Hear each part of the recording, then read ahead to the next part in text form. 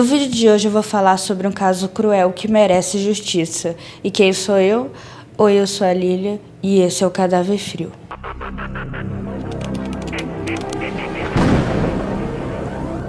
Vitória Regina de Souza tinha 17 anos e era moradora de uma área rural do bairro de Ponoduva, em Cajamar. A jovem Vitória ela tinha iniciado recentemente no emprego como operadora de caixa em um restaurante num shopping de Cajamar. E fazia apenas 4 dias que ela estava trabalhando nesse emprego novo. Ela tinha apenas 17 anos, estava buscando independência financeira e ajudando em casa. Ela gostava muito de futebol, ela era torcedora do Corinthians. É muito triste esse caso, cara. Ela sonhava em morar na capital, sabe? Em São Paulo. Ela sonhava em conquistar as coisas dela, crescer na vida, sabe? E de repente, tudo parou. Infelizmente, seu corpo foi encontrado sem vida no dia 5 de março, em uma área de mata em Cajamar. A jovem estava desaparecida desde o dia 26 de fevereiro, quando ela deu notícias pela última vez para sua amiga no WhatsApp. Gabi, fudeu, Gabi. Passou uns caras no carro. E eles falaram, e aí, vida, aí tá voltando. Ai, meu Deus do céu, eu vou chorar, vou ficar mexendo no celular, vou nem ligar pra eles. Nesse dia, o carro do pai dela tinha quebrado. Não tinha como ele buscar ela no serviço, assim como ele fazia sempre. O trabalho era distante, então ela tinha que pegar 2 ônibus para chegar na casa dela. Quando ela estava no primeiro ponto, ela até chegou a encontrar uma amiga. E aí ela entrou no ônibus e ela enviou áudios para uma outra amiga dela. Ai, tá tudo certo, eles entraram pra dentro da favela. Saiu até lágrima dos meus olhos agora. Nossa, até me arrepiei. Senhora Maria do Josefa. Essa história ela é muito confusa, sabe? Porque como ela está sendo investigada agora, então a ocorrência dos fatos ainda está sendo escrevida, sabe? Para entender como foi aquela noite. Então tá sendo pegado diversos testemunhos para tentar entender o que aconteceu. Por isso que tá meio confuso. Eu tô tentando contar o que eu entendi, né? Mas basicamente foi isso.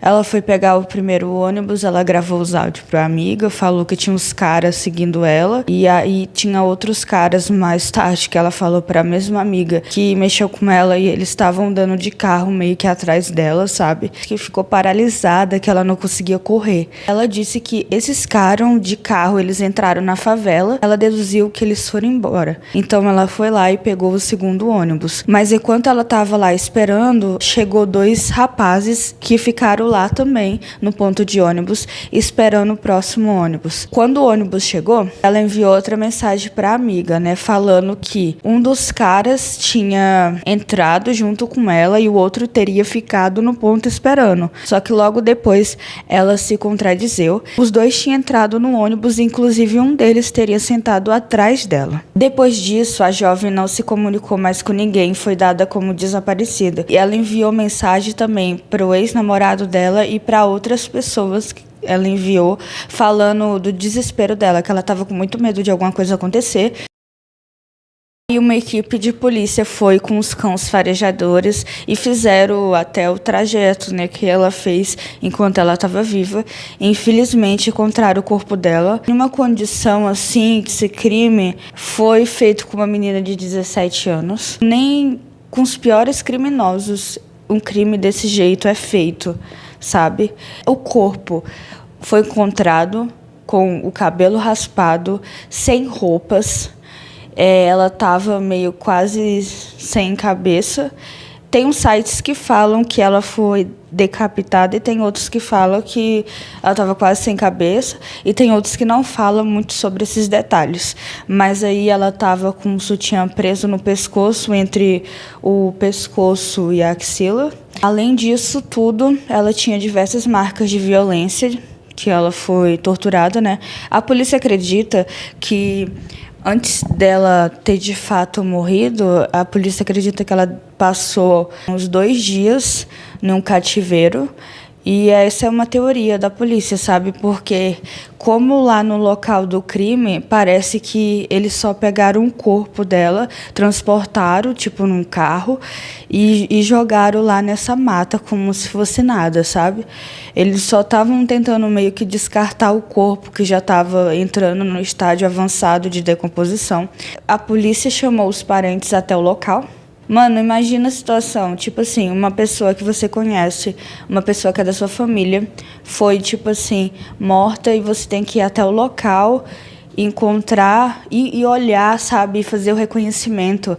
Tipo, mano, é uma situação, tipo assim, inimaginável, muito, sabe, cruel. Mas enfim, né?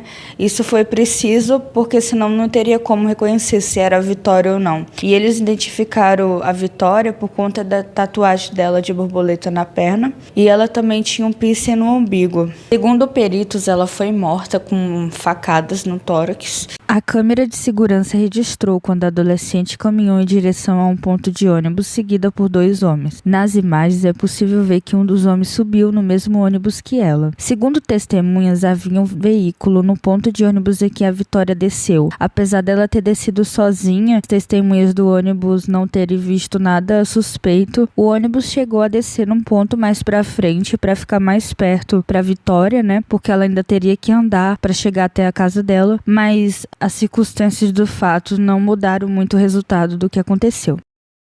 No primeiro momento, o delegado levantou a hipótese de ser um crime ligado à facção criminosa por causa dos indícios de violência. É comum eles rasparem os cabelos das mulheres para causar humilhação e também realizarem decapitações. Mas algo que não está batendo nessa história é que normalmente as facções costumam enterrar os corpos após cometer esse tipo de crime. Dificilmente deixaria eles largados no meio do nada assim, do jeito que a Vitória foi encontrada. Eles nem se deram ao luxo de enterrar. Eles só deixaram o corpo da menina lá no meio da mata, sem roupa. E a Vitória, ela amava seu cabelo. Seu cabelo era liso, era grande. Uma garota muito bonita. Quando o cabelo da vítima é raspado, isso pode indicar algumas coisas, como humilhação intencional, que é, como eu disse anteriormente, é uma prática comum de facções para desmoralizar a vítima. Marcação simbólica pode ter significado dentro de algum tipo de ritual ou código do crime. Vingança ou ódio pessoal. Alguém que sabia o quanto a vítima valorizava o cabelo. Tentativa de ocultação de identidade. Embora incomum, às vezes a pessoa que comete o crime, ela pode tentar tirar o cabelo para tentar dificultar o reconhecimento. No caso da Vitória, como o cabelo foi raspado, isso sugere que o crime foi planejado e teve motivação. Voltando para as teorias do delegado, depois ele falou que o crime poderia ser motivado por uma possível talaricagem, sugerindo que Vitória Regina poderia ter traído o autor do crime com quem eventualmente teria um relacionamento, ou seja, aquele famoso crime passional, que não tem nada de passional. Foi divulgado pela polícia que o autor do crime seria o atual namorado de um ex-namorado da vítima. E aí eles levantaram a teoria de que a Vitória poderia ter ameaçado tirar eles do armário, ou sei lá o que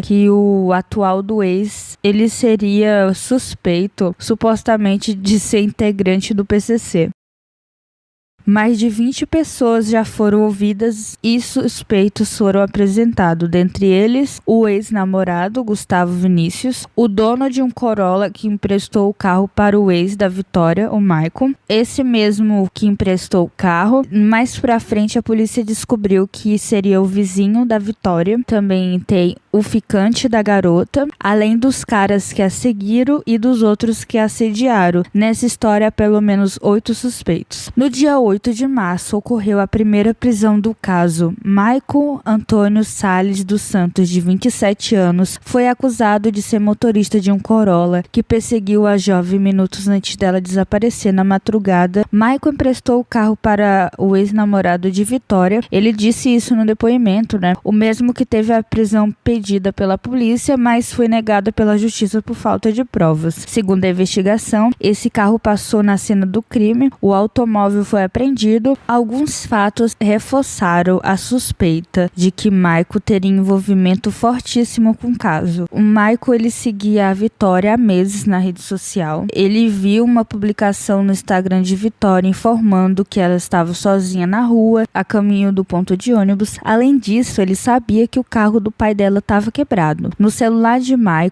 a polícia encontrou uma coleção de fotos de Vitória, além de imagens de outras garotas com características semelhantes a ela. Isso tudo foi apagado por ele, mas eles usaram um programa para recuperar tudo que ele tinha apagado, e então eles viram diversas coisas suspeitas. Após ele ser apontado como principal suspeito da investigação, e foram encontradas mensagens dele, sabe, falando para pessoas próximas, o circo estava fechando, que a polícia estava conseguindo encaixar os pontos, que logo eles iriam descobrir que era ele. O Michael, ele está preso atualmente, e no depoimento dele, ele alegou que ele passou a noite do desaparecimento da Vitória na casa de sua esposa. A esposa dele também foi prestar depoimento e ela desmentiu ele, falando que naquela noite ele disse que teria dormido na casa da mãe e não encontrou o marido naquela noite. Esse comportamento, ele é característico de um stalker. Ele demonstra sinais de obsessão, manipulação e tentativa de encobrir seus próprios rastros, algo comum em indivíduos que perseguem suas vítimas de forma sistemática. O caso de Vitória nas redes sociais ficou em alta, em hype, e muitas pessoas compararam o caso dela com o caso da Eloá Pitel. Ela foi sequestrada pelo ex-namorado, que não aceitava o fim do relacionamento e começou a persegui-la. Ele invadiu a casa dela, fez ela de refém por 4 dias.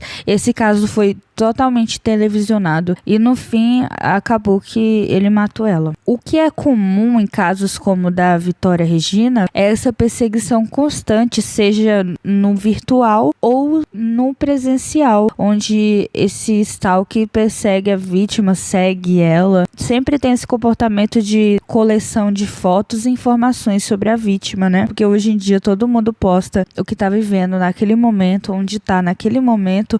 Então, isso aí é uma alerta para as pessoas ficarem mais atentas com o que postam, né? O Michael, ele acabou confessando o crime. Ele disse ter agido sozinho. Além da confissão dos suspeitos, os investigadores apontaram que ele esteve na cena do crime, né? Como eu disse anteriormente, embora ele tenha negado no início, né? A polícia verificou que o Michael comprou pela internet um capuz tipo balaclava, utilizou no dia do crime. No local onde o corpo da jovem foi encontrada, além do corpo dela, também tinha uma pá e uma enxada. E aí a polícia mostrou pro padrasto do Michael e ele afirmou que aquilo lá pertencia à sua casa, de onde havia desaparecido há alguns dias. Além dessas fotos de mulheres, ele também colecionava fotos de faca e revólver. Por que a polícia acredita que o Michael realmente agiu sozinho? Basicamente, pessoas com esse perfil não costumam agir em grupo. Geralmente são pessoas narcisistas, egocêntricas e controladoras. Então fica claro que ele agiu sozinho. O homem afirmou ter queimado pertences das vítimas, como as roupas delas e objetos, após o crime. Ele também relatou ter colocado o corpo da adolescente no porta-mala do veículo dele, apanhado uma enxada e seguido até a estrada de terra, onde abriu uma cova rasa e enterrou o corpo. O Michael, ele falou que ele teve um relacionamento com Vitória há cerca de 1 ano e meio, só que ela teria ameaçado contar à esposa dele. Ele acrescentou também que na noite do crime foi esperar a Vitória no ponto de ônibus, mas não a encontrou. Ainda de acordo com o suspeito, os dois se encontraram quando ela já estava a pé a caminho de casa. Segundo Michael, Vitória concordou em entrar no carro com ele voluntariamente. O suspeito disse ter solicitado a ela que não contasse nada à esposa dele e afirmou que naquele momento a jovem teria tentado agredi-lo. Mano, é cada uma, né? Ele conta ter se exaltado no momento, apanhado uma faca que levava no carro e atacado a Vitória. O cabelo e mancha de sangue foi realmente encontrado no carro e na casa do suspeito. Uma perícia foi realizada no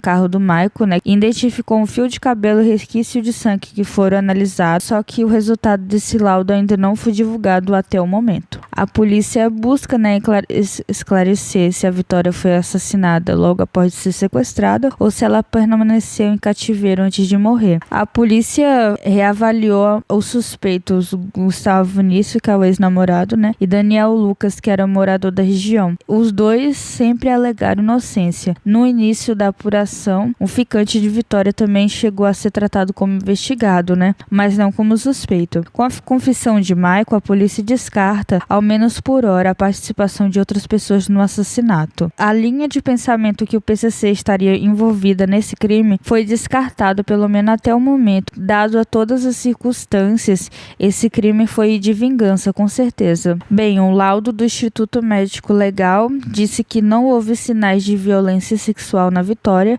Eu fui esperar no SPAR, perto do DOC. Ainda não sabia qual ponto ela chegaria. Só fui lá esperar. Quando eu deixei, ela ficou enterrada. Aquele povo que todo passou lá, que a gente ouviu, os Gustavos, os Daniéis, não tem nada a ver com essa história. E foi isso o vídeo de hoje, espero que você tenha gostado. E se você reparou que depois dos 5 minutos pra frente eu não apareci mais em imagens, apenas com a minha voz aqui no vídeo, é porque eu gravei o vídeo em 2 partes, né? A primeira parte gravou bonitinha e a segunda sumiu. E como eu tava querendo finalizar e postar logo esse vídeo, então eu gravei somente o áudio. Eu espero muito que você tenha gostado do vídeo. Eu vou deixar esse próximo vídeo aqui, que é uma das minhas recomendações, que é de um caso muito interessante também. Tchau!